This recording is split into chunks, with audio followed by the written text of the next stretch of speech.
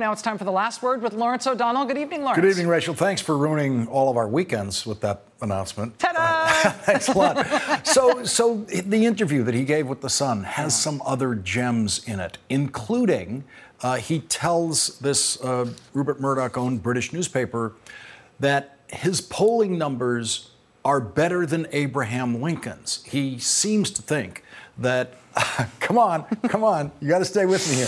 He seems to think that the British will believe that there was polling on Abraham Lincoln when Abraham Lincoln was in the White House, because what do the British know? Yeah, it was 538.com, but it was a smaller number, because it was fewer states, and it was.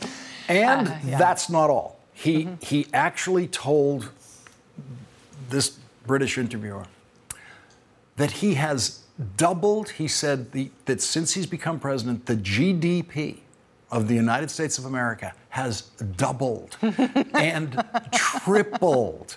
Doubling takes a minimum of 20 years. Does he think the British, they just don't know this stuff? They don't know about GDP? Well, because, I know a little bit about the paper to which he gave this interview, and I think that he could safely assume that they wouldn't do the math or fact check or call him out on this. Whether or not the average British person reading this is duped quite as easily will be hard to see. I don't know. It is a remarkable thing, right? So he does this interview. It's timed to publish once he's already on the ground in Britain. So he's physically in the company of the Prime Minister of Britain when this interview is published, in which he essentially tries to shove the Prime Minister of Britain out of office at a time when her government is at risk of falling.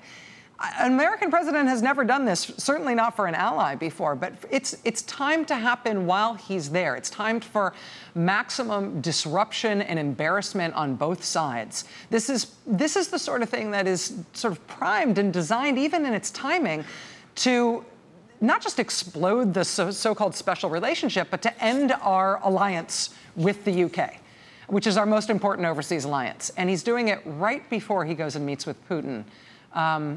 It's just, it's hard. It's our lives now. It is what it is. Yeah. We're going to get London's reaction later in this hour, Rachel. Great. Thank you, Rachel. Well, if you did not have contempt for this Congress before today's chaotic, dramatic, comical, and important hearing in the House of Representatives, then you might be feeling just a little bit of contempt tonight. Let me start by saying this is a stupid and ridiculous hearing.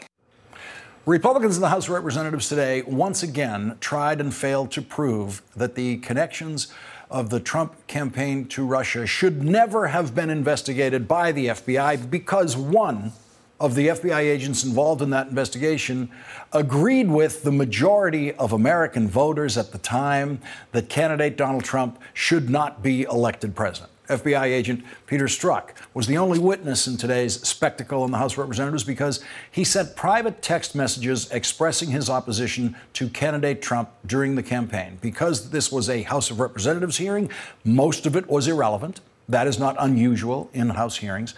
But much of the hearing was histrionic and out of control and incoherent to a degree that we have never seen before. Agent Strzok's defense of his fairness and objectivity in his work as an FBI agent was this. I can assure you, Mr. Chairman, at no time in any of these texts did those personal beliefs ever enter into the realm of any action I took. Furthermore, this isn't just me sitting here telling you, you don't have to take my word for it. At every step, at every investigative decision, there are multiple layers of people above me, the assistant director, executive assistant director, deputy director, and director of the FBI, and multiple layers of people below me, section chiefs, supervisors, unit chiefs, case agents, and analysts, all of whom were involved in all of these decisions. They would not tolerate any improper behavior in me any more than I would tolerate it in them. That is who we are as the FBI. And the suggestion that I, in some dark chamber somewhere in the FBI, would somehow cast aside all of these procedures, all of these safeguards, and somehow be able to do this is astounding to me. It simply couldn't happen. And the proposition that that is going on, that it might occur anywhere in the FBI, deeply corrodes what the FBI is in American society, the effectiveness of their mission, and it is deeply destructive. The Republicans never penetrated that defense. Every word of that defense held up for the full 9 hours and 41 minutes of that hearing. The Republicans have never been able to identify a single action taken by Agent Strzok because of Agent Strzok's political opinions expressed in those texts, or because of anyone else's political opinions. Republicans in the House seem to believe that the best lawyer among them is former prosecutor Trey Gowdy, and so they gave Trey Gowdy extra questioning time today, but that just meant that Trey Gowdy ended up causing more minutes of chaos than anyone else. So your testimony... His time has expired, Mr. Chairman. Your testimony by 2.5 minutes. Impeachment Second, for what, Mr. Agent Strzok? Impeachment for what? Second Point of order, Mr. Chairman. What are the rules here? The gentleman from Louisiana Is the witness not going to be permitted to answer the question? That's how I read it. Mr. If Chairman, I thought it was Mr. Chairman, likely, Mr. I'd Chairman, be there, no question. You are assuming I someone hesitate else's in position. part. Were you under duress? Asked and answered over and over again. You don't want it to be you and Lisa Mr. Page, Chairman, and you don't want it to be the FBI. Are we not given 5 minutes to answer questions? We have indulged this harassment 9 minutes. The Republicans reached many new heights of absurdity, including threatening the witness with contempt of Congress when he testified that there were questions he could not answer because the FBI's lawyers had ordered him as an FBI employee to not answer those questions. That brought a challenge from Democrat Eric Swalwell, who pointed out that the same Republican members of Congress allowed Steve Bannon not to answer any question that he chose not to answer when they questioned him. Mr. Chairman, I move to subpoena Steve Bannon. In our House intelligence investigation, he was under subpoena. He refused a number of times to answer questions of Mr. Gowdy. Mr. Gowdy appears to have a sincere interest in getting to the bottom of what happened, and so I move under Rule 11 to bring Mr. Bannon to this committee. So I move now for consideration for Mr. Bannon to be subpoenaed. And if he refuses, for contempt proceedings to occur. Eric Swalwell will lead off our discussion in a moment. After that, the Republicans spent the rest of the day trying and failing to cast doubt on the honesty of Agent Strzok's under oath testimony. Ultimately, Texas Republican Louis Gohmert just couldn't take it anymore. And so he decided to do something that is actually not permitted in House hearings. He repeatedly called the under oath witness a liar and then went in for the kill in a very personal way. You've embarrassed yourself, and I can't help but wonder when I see you looking there with a little smirk, how many times did you look so innocent into your wife's eye and lie to her about Lisa? Mr. Chairman, this is outrageous. Needless to say, Louis Gohmert has never said that Donald Trump's multiple extramarital affairs during his multiple marriages have given Congressman Gohmert any reason to ever doubt a single word that Donald Trump has ever said. Leading off our discussion now is Democratic Congressman Eric Swalwell from California. He's a member of the Judiciary and the Intelligence Committees in the House.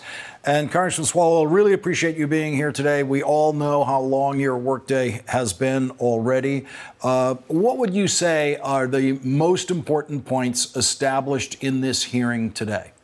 Good evening, Lawrence. Of course, first would be wrong hearing, wrong priorities. We should be doing all we can as the Committee of Jurisdiction to reunite these kids who are separated, and wrong priorities if they are going to have Mr. Strzok come in, because he knew a lot about why the Russia investigation was launched. He was concerned about contacts that the campaign was having with the Russians, and they wanted to just focus on going back in time to Hillary Clinton's emails and undermining the Mueller investigation. But I pointed out in my questioning, one, that Mr. Strzok was not the only individual to close the Clinton investigation. There were a lot of people involved in that decision, and he was not the only individual to open the Trump-Russia investigation. So we were able to corroborate that there was a lot of other evidence out there. So even if you didn't like his text messages, and I don't, that is irrelevant to the mountain of evidence that existed that would warrant any FBI agent to be concerned about Donald Trump and his contacts with Russia. And in the Agent Strzok's testimony today, was there anything in that testimony where you or anyone else in the committee learned something that you didn't already know? No, Lawrence.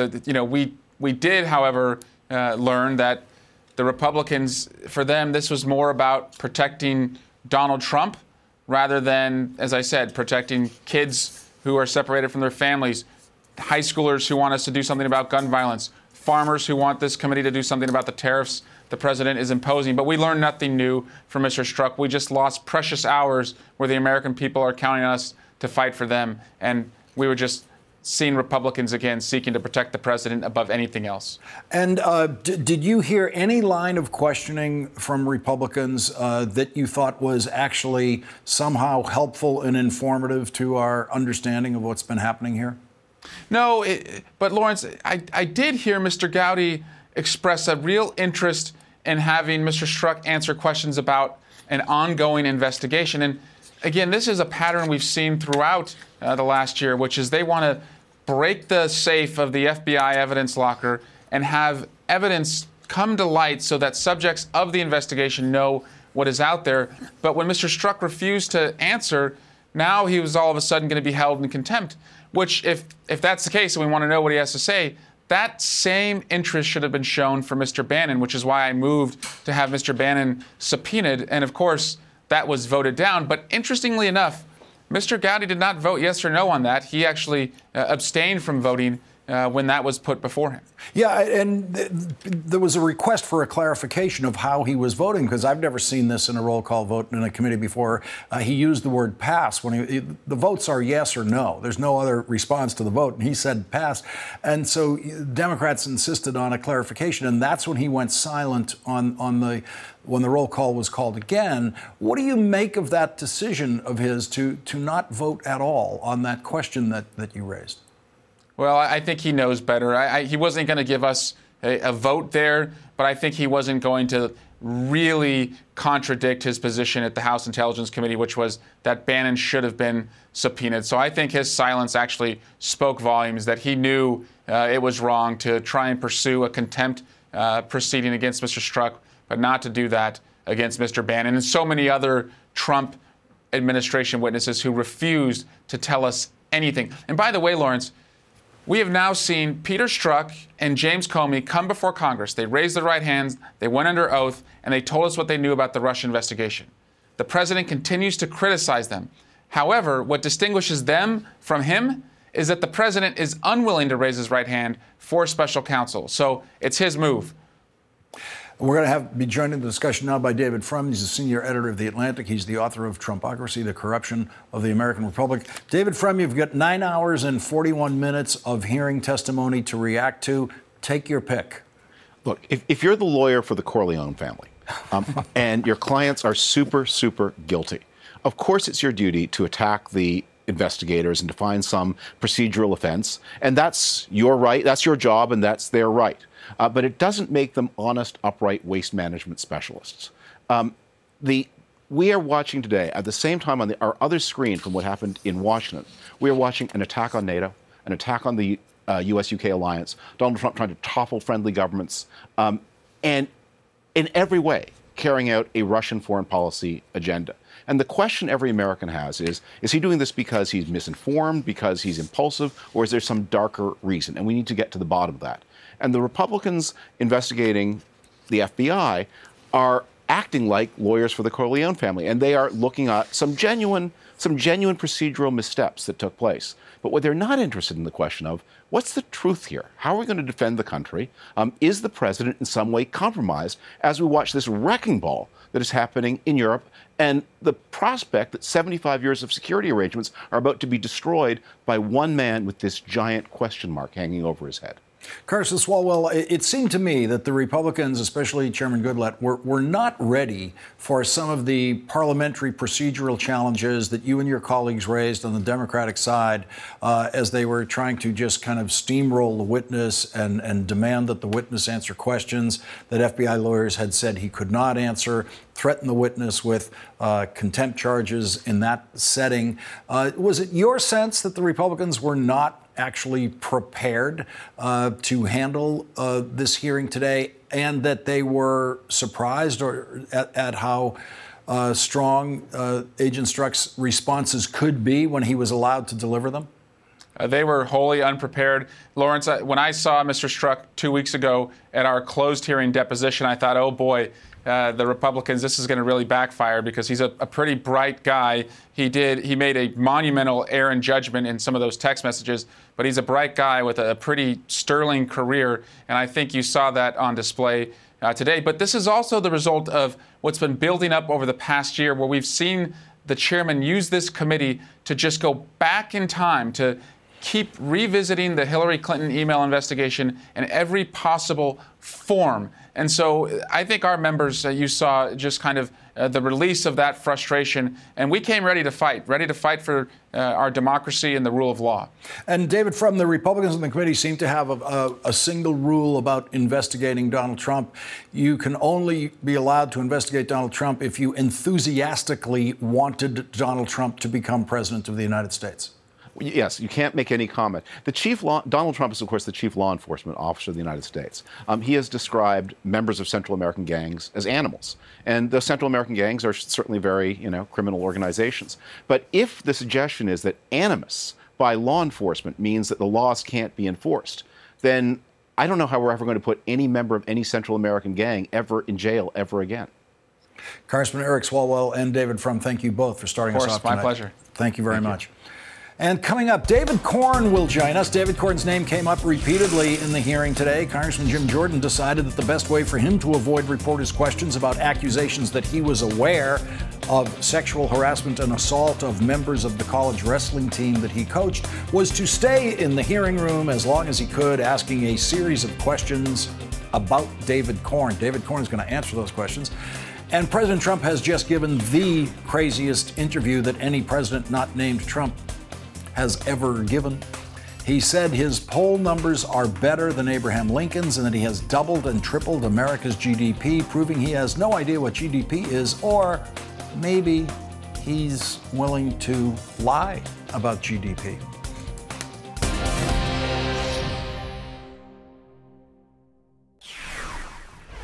Here's why our next guest, David Corn, became a player in one of the Republicans' conspiracy theories at today's hearing. You understand, we got an email from you briefing everybody on the team, all the key players, Rybicki, Baker, Page, Maffa, Priestep, and Andy McCabe. And in that email, you say the dossier that you are now looking at, that BuzzFeed is printing, has differences from the one given to us by Corn and Simpson. Earlier today, I asked you who Corn and Simpson is, and you wouldn't answer that. It's kind of funny to me, because yesterday, David Corn tweeted out, he's the Corn in your email. So the guy himself's identified himself. We all know it's David Corn, and then the other name is Simpson.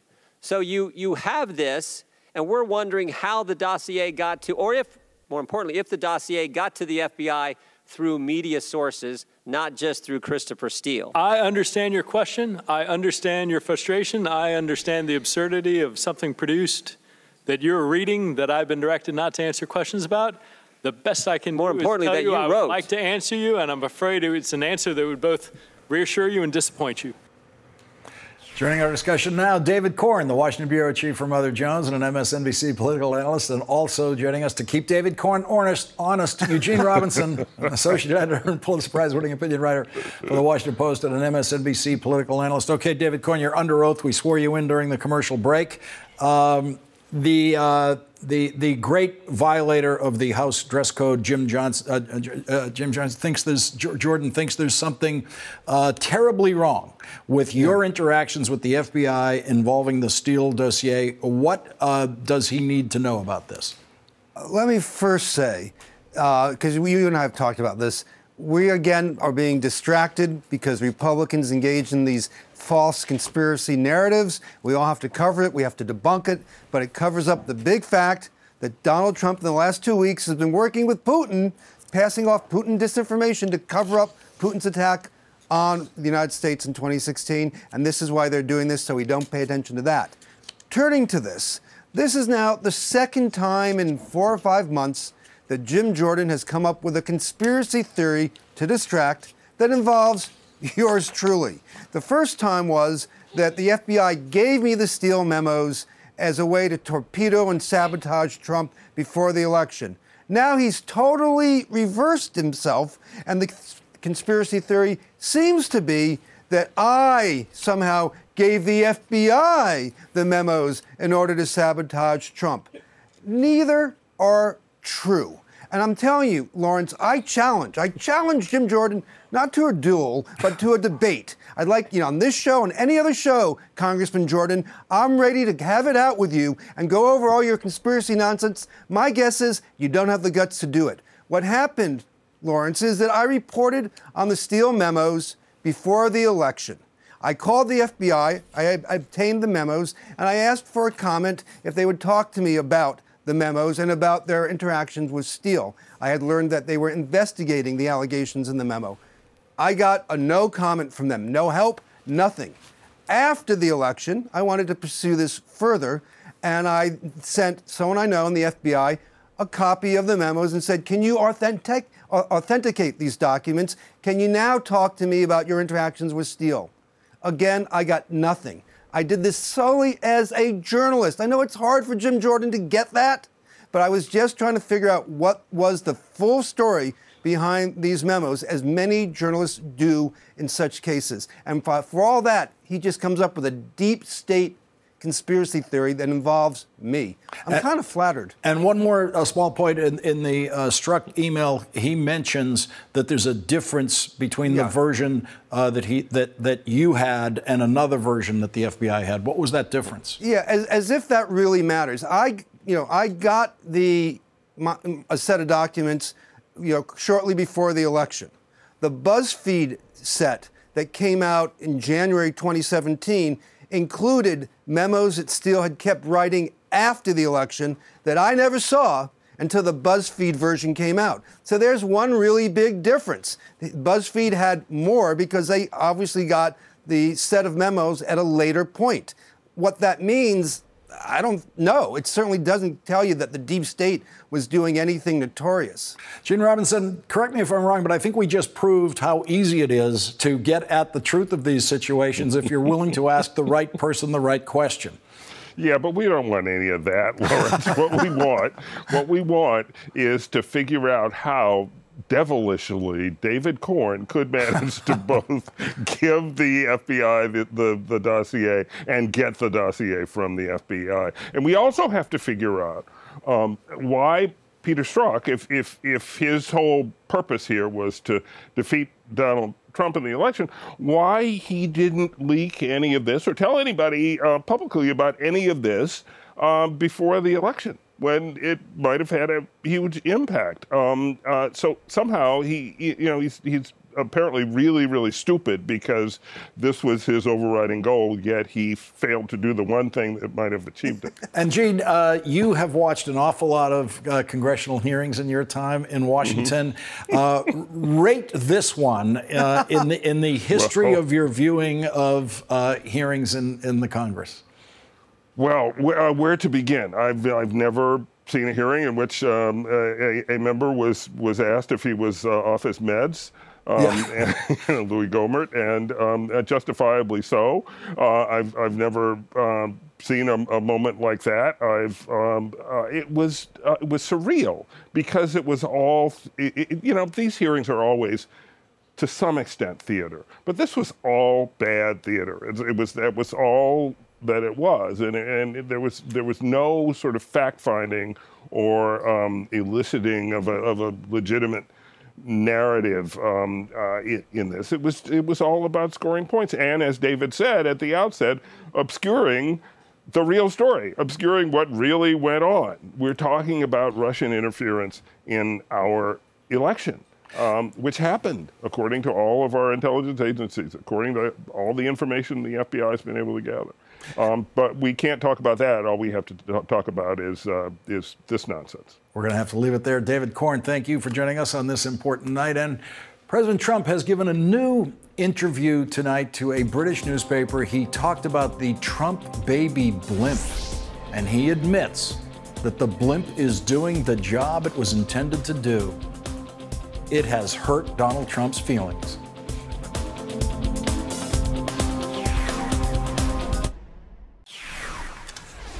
President Trump has just given an interview to the Rupert Murdoch-owned British newspaper The Sun, in which he has confessed that the Trump blimp really works. The Trump blimp has really done its job. It has made Donald Trump feel unwelcome. In his interview with The Sun, President Trump said, "I guess when they put out blimps to make me feel unwelcome, no reason for me to go to London. I used to love London as a city. I haven't been there in a long time. But when they make you feel unwelcome, why would I stay there?" It has never occurred to Donald Trump to wonder why they are making him feel unwelcome. Why don't they like Donald Trump? That doesn't seem to have crossed his mind. One thing the British are not going to like is the President of the United States meddling in their national affairs and in their national politics. And in the interview, Donald Trump claims that he knows how to do the impossible, negotiate a simple Brexit deal, which will allow the United Kingdom to leave the European Union painlessly. I would have done it much differently. I actually told Theresa May how to do it, but she didn't agree with it. She didn't listen to me. What did she say? She didn't listen. No, I told her how to do it. That will be up to her to say. But I told her how to do it. She wanted to go a different route. And the President of the United States endorsed a rival of the current Prime Minister, Theresa May, to take her job as Prime Minister. Boris Johnson is a big Brexit cheerleader who has no idea how to carry out Brexit, and so he quit as Theresa May's Foreign Secretary this week. I think he's a great representative for your country. Well, I'm not pitting one against the other. I'm just saying I think he'd be a great Prime Minister, yeah. I think he's got what it takes, and I think he's got the right attitude to be a great Prime Minister. In an editorial about Boris Johnson's resignation entitled "Good Riddance, Boris Johnson," the New York Times detailed some of the lies that Boris Johnson told British voters that convinced them to vote for Brexit without any details of how it would actually work. And President Trump not only demonstrated a complete ignorance of how Brexit might work in this interview, he told the single craziest lie he has ever told about the American economy. The GDP, since I've taken over, has doubled and tripled. Donald Trump clearly has no idea what GDP is. Gross domestic product is the basic dollar measurement of the size of a country's entire economy. Donald Trump is claiming that the size of the American economy has doubled and tripled in the first year and a half of his presidency. It takes 20 years for the GDP to double and 30 years for the GDP to triple. That's if things are going well. Joining us now is Brian Klaas, a fellow in global politics at the London School of Economics and the co-author of How to Rig an Election. And Eugene Robinson is still with us. And Brian, I want to, before we move on, I just want you to hear one more thing that President Trump said. He doesn't seem to understand why we don't use the word England anymore when we're talking about the United Kingdom. Let's listen to this. You don't hear the word England as much as you should. I miss the name England. You understand that? I miss the name England. I think England is a beautiful name, and you don't hear it very much anymore. Brian, do you want to explain to the President of the United States what happened to England? Well, it's the Act of Union several hundred years ago in which several countries became the United Kingdom. So England still exists. It's just part of the UK. This entire interview is either insane, insulting, or incendiary. It's insane when he talks about having better poll numbers than Abe Lincoln 7 decades before polling existed. It's insulting when he attacks our closest ally, when her government is already on a cliff's edge and he's giving her a bully's shove towards it. And it's incendiary because the special relationship is now at risk. And this is America's most powerful and important ally. And Trump is insulting them during the state visit, during the visit that has been long in the making. And it's incredibly, incredibly damaging to American security interests. And it just adds on to the international security damage that he did in Brussels in attacking NATO in the past couple days, too. Gene, who else could insult Theresa May and Abraham Lincoln in the same interview? He said about the polling, he said, you know, a poll just came out that I am the most popular person in the history of the Republican Party, 92%. Beating Lincoln, I beat our Honest Abe. He then went on in that discussion of the polling to say if they did an honest poll in the United Kingdom that he would do very well. The honest poll shows that in the United Kingdom, Donald Trump has an 11% approval rating, 11%, 67% disapproval rating, and Donald Trump living in his own polling bubble there. Right, hence the blimp, I think. But, you know, Theresa May is not the most sympathetic figure. It really just the way she became prime minister, the way she has tried to walk this unwalkable path on Brexit. So I don't feel very sorry for her, but I do feel sorry for her today because she goes to all this trouble. She invites this incredibly unpopular man, the president, because he's president, to Britain. She has to make a big deal of it. It's not a state visit, but takes him out to Blenheim Palace and convinces the Queen to have tea with him, which I'm sure she was delighted to do.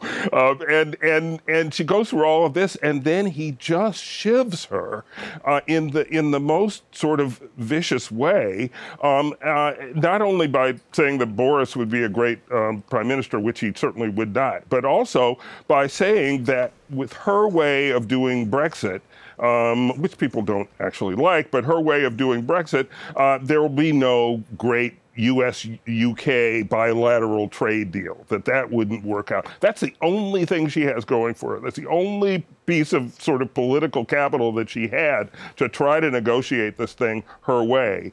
And he just pulled that rug completely out from under her. It's just extraordinary. I've never seen anything like it. Brian, will British politics be affected by what the president has to say? And are people in Britain going to believe that Donald Trump has a secret Brexit plan that is easy and simple, and that he's just going to keep it a secret and let the British government struggle and try to figure out how to do what apparently is virtually impossible? Well, I think 11% of people might. But, you have a situation here where the British government and the British political system is going to be roiled by this completely. There's already a challenge, potential challenge to Theresa May's leadership, several resignations, and Donald Trump just made that way, way worse for her. Now, to think about this in context, a British woman died last weekend from a Russian nerve agent poisoning on British soil after an attempted assassination attempt, right? So at that pivotal moment, Donald Trump is trying to push the British government off a cliff into complete disarray. It's our closest, most important ally. 74 years ago in June, we had D-Day, where we worked and fought together with Britain to defeat dictatorial fascism in Europe. And now we have a U.S. president who is not just praising adversarial dictators of the United States, but imposing tariffs on our closest allies and attacking the government of the United Kingdom. It's just an amazing reversal. And it's so counterproductive to American interests and to the interests of international security. It is, however, extremely productive for the wish list of Vladimir Putin. And this is effectively the through line of the last several days into Helsinki, is that everything on Putin's wish list is happening because of Donald Trump. What he's wanted for 2 decades is finally coming to fruition, and that should scare people who care about the idea of the West, our values, and also international security that holds the West together and keeps us all safe. Gene Robinson, imagine, if you will, Donald Trump's reaction if Theresa May were to come to the United States and in Washington say that she thinks Elizabeth Warren would make a great president, or she thinks Paul Ryan someday soon would make a great president. President Trump would think that was fair comment? No, he would go totally ballistic. You know exactly what his reaction would be. It's again, I haven't seen anything like that. If you read that whole interview, I really sort of recommend people who have strong stomachs read the whole thing. There's a lot else in it, including just some incredible racism. He rails about how Europe is overrun with these immigrants, and you're losing your culture, and and it's just, it's really extraordinary. It's, Trump sort of unplugged. And why don't they call Northern Ireland, Scotland, Wales, and England just plain old England anymore? Yes. Brian Klaas, Eugene Robinson, thank you both very much for joining us tonight. Really appreciate it. And more tonight, the Trump administration now says it will never be able to reunite all of the children and parents they have separated at the southern border.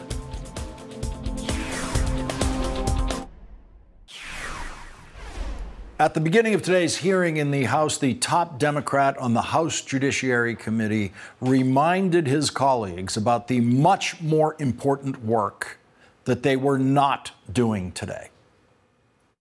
Mr. Chairman, I must say before I begin my formal statement that this country has a number of emergencies right now under the jurisdiction of this committee, which we're not spending any time or any attention to.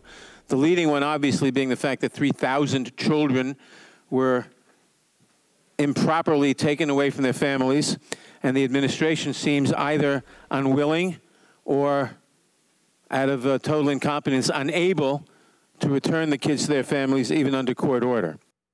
The committee then spent 9 hours and 41 minutes failing to find a single thing that FBI agent Peter Strzok did that was politically motivated in his investigative work involving both the Trump campaign and Hillary Clinton's emails. The committee has not had one hearing about the children that President Trump has separated from their parents at the southern border. The Trump administration did not meet the court-ordered Tuesday deadline this week to reunite all the children age 4 and under with their parents. Today, the Trump administration claimed that 57 of the 103 migrant children age 4 or under have been reunified with their parents as of this morning. The administration claimed 46 of the children are ineligible for reunification. The administration said there are safety concerns involving 11 adults who have serious criminal records that prevent them from being reunified with children. 7 other adults who traveled to the border with children were determined not to be the parents. 1 adult was alleged to have abused a child, and the Trump administration said that 1 adult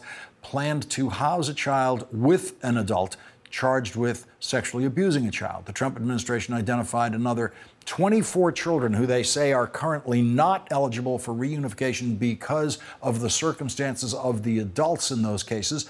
12 of those adults have been deported. 9 of those adults are in the custody of the United States Marshals Service for other offenses. 2 adults are in custody in state jails for other offenses. 1 adult's location has been unknown for over a year, but that adult is the one who the government admits might actually be a United States citizen and whose child, still in custody, might actually be a United States citizen. We know all of this thanks to lawsuits that have been brought in various federal courts, including one by the ACLU. The ACLU's lead attorney on this case will be back in court tomorrow, and he will join us next with more details.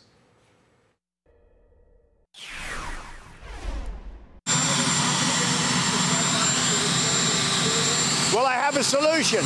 Tell people not to come to our country illegally. That's the solution.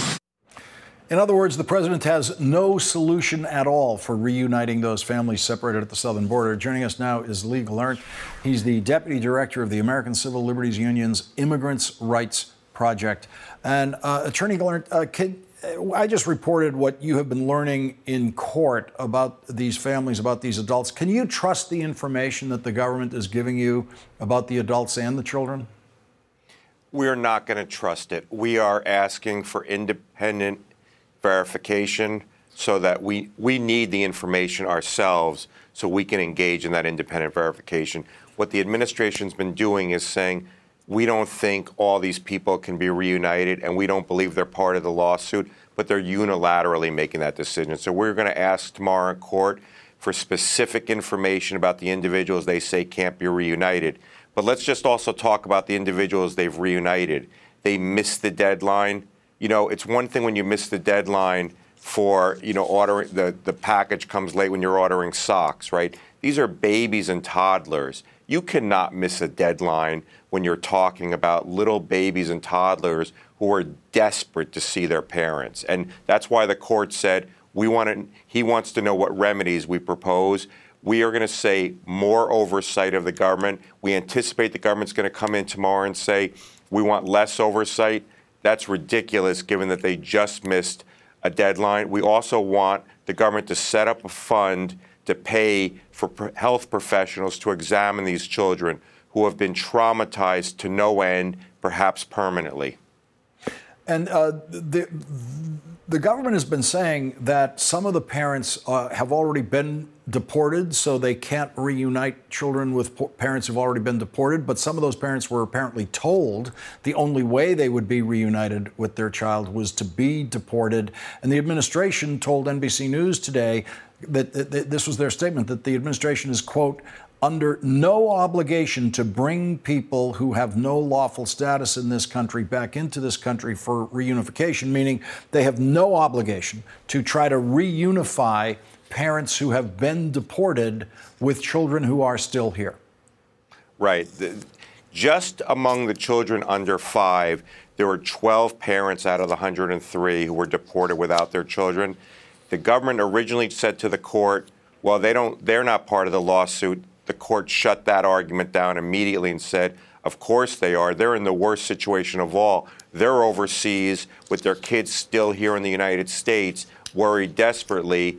Now the government's asking us to try and find these parents. Now, whether the reunification takes place here in the United States or overseas, one way or the other, we need to find these parents and ask them, were you misled into thinking your children would be with you on that plane going home?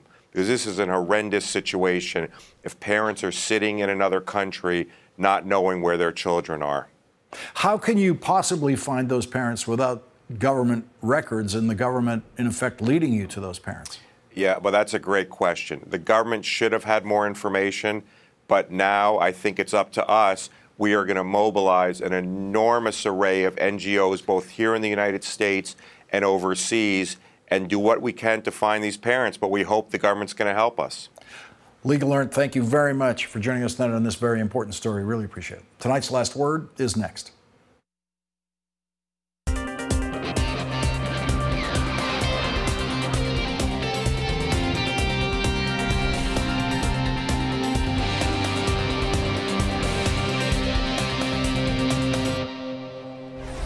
Time for tonight's Last Word. I dropped by to chat with Stephen Colbert on my way to work tonight. Here's what's really crazy. Your first 10 minutes tonight, and this is an entertainment comedy show. Sometimes. Could be my first 10 minutes tonight, and my show's supposed to be a news show about the real world. That should never be. We should never be in a situation where... Why don't you just run the first 10 minutes of my show on your show? Oh, please. And you can start drinking early. Oh, yeah. That would be so great. Although I don't drink and never have, but love to run those first 10 minutes of Colbert. Let's see if NBC and CBS can work that one out. I'll be Stephen's first guest tonight on his show. That's tonight's Last Word. Hey, it's Chris Hayes from MSNBC. You know, every day I come to the office and we make a television show. And every day I think to myself, there's so much more I want to talk about. And so this is our podcast. It's called Why Is This Happening? And the whole idea behind it is to get to the root of the things that we see play out every day. They're driven by big ideas. Each week, I sit down with a person uniquely suited to explain why this is happening. New episodes of Why Is This Happening? Every Tuesday. Listen for free wherever you get your podcasts.